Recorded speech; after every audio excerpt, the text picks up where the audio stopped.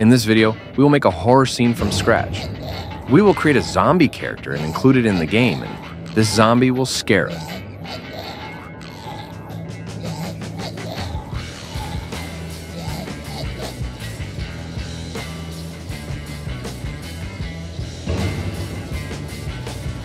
First of all, I want to tell you about Fuse software. You can download it from Steam, it's free. With Fuse, you can create 3D characters and include them in your Unreal Engine project. Let's create a zombie character right away.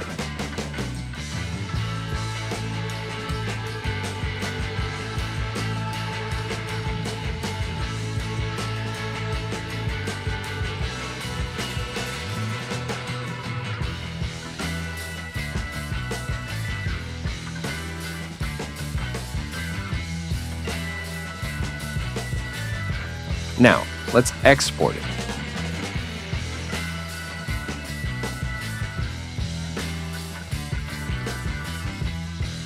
Before including it in the project, we need to rig the model via Mixamo.com. This is very easy.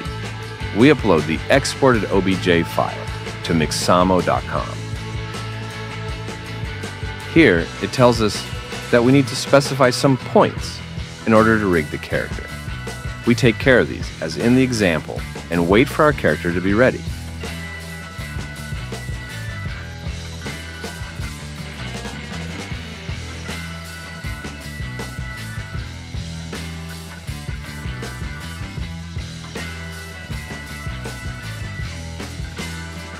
Let's download the character.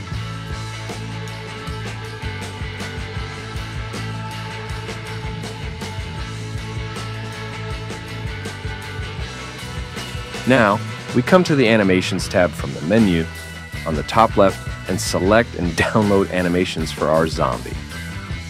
If the animation is a moving animation, we tick the In Place box. We must select the Without Skin option in the pop-up that appears when downloading. Yes, let's import the character we downloaded and the textures we exported from Fuse to Unreal Engine.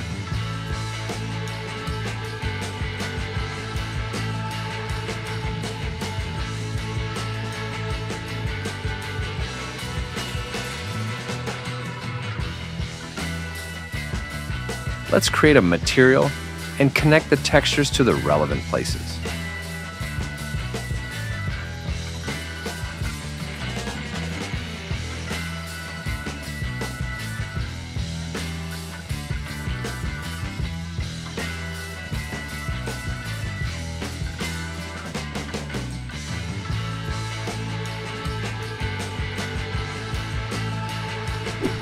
I won't bother much about this.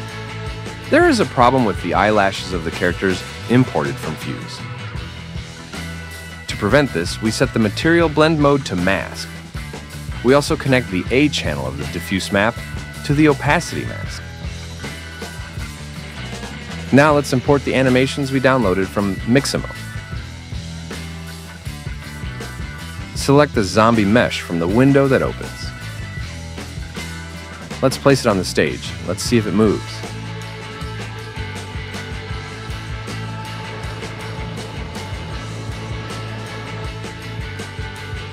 Of course, let's not forget to apply the material. Now I thought, when I enter this corridor, let the zombie start walking from a distance. Let's create a level sequencer for this and add it to the scene. Open the level sequencer and add the walking zombie. Since the zombie walks in place, let's add a key to the character's location value at the beginning. Let's go to the end of the timeline. Position the character across the corridor and add another key to the location value. It may be necessary to extend the duration of the animation.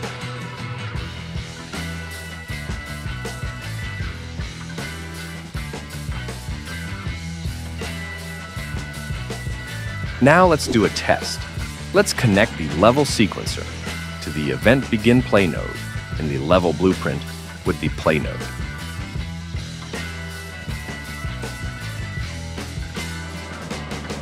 Yes, it walks. Let it make a sound while walking. Now go back to the timeline and add an audio track.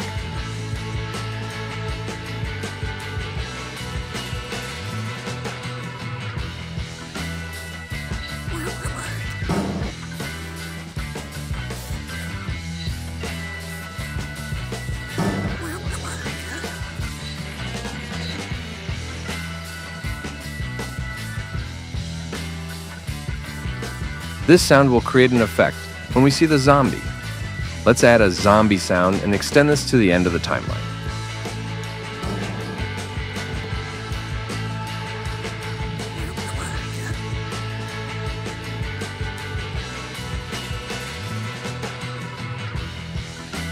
Now, let's put a trigger box on the stage. When we enter this box, the animation will start.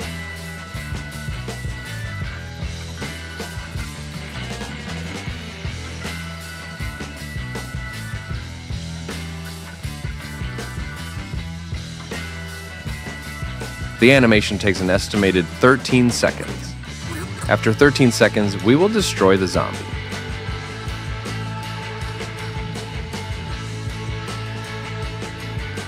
Here I am accidentally destroying the level sequencer. I will fix it in a moment.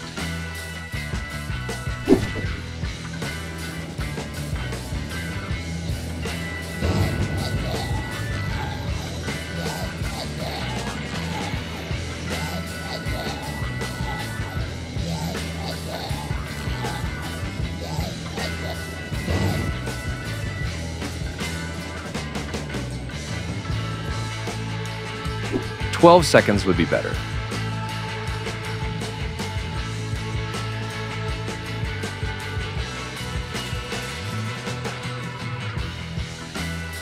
Now let's make the zombie attack us when we reach the corner.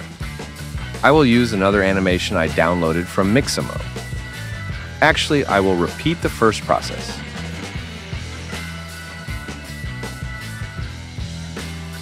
Let's create a level sequencer field and add it to the scene. Add the attacking zombie to the timeline. You can also add sound as you wish.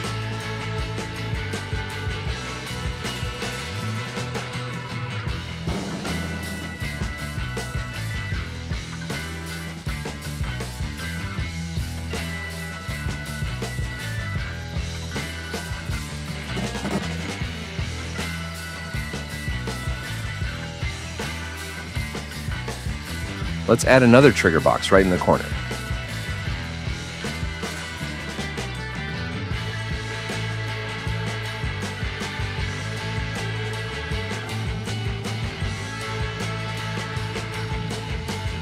Let's give the zombie some movement.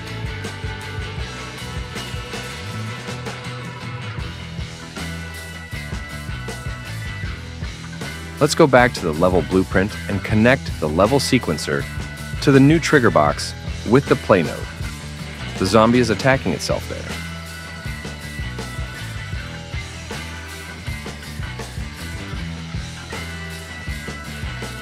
We shouldn't see it at first, right? Select the character and remove the visible tick from the details panel.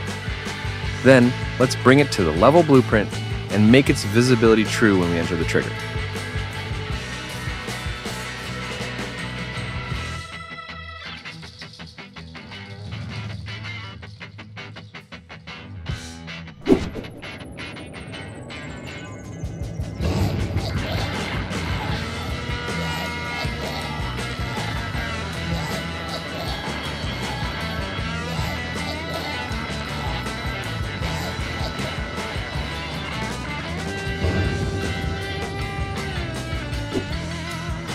By the way, let's not forget to destroy the right actor.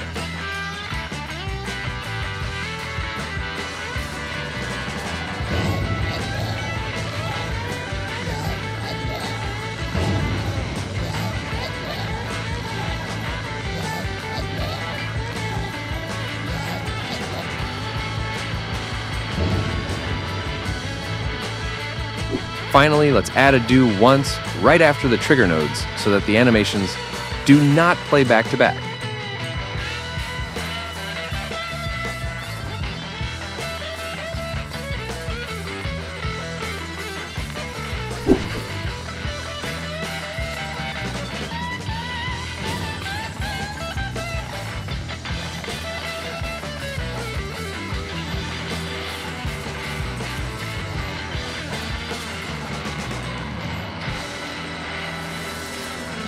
If you're finding value in these videos, hit that subscribe button and drop a like if you love the content, and ring the bell to stay updated. See you in the restaurant at the end of the universe.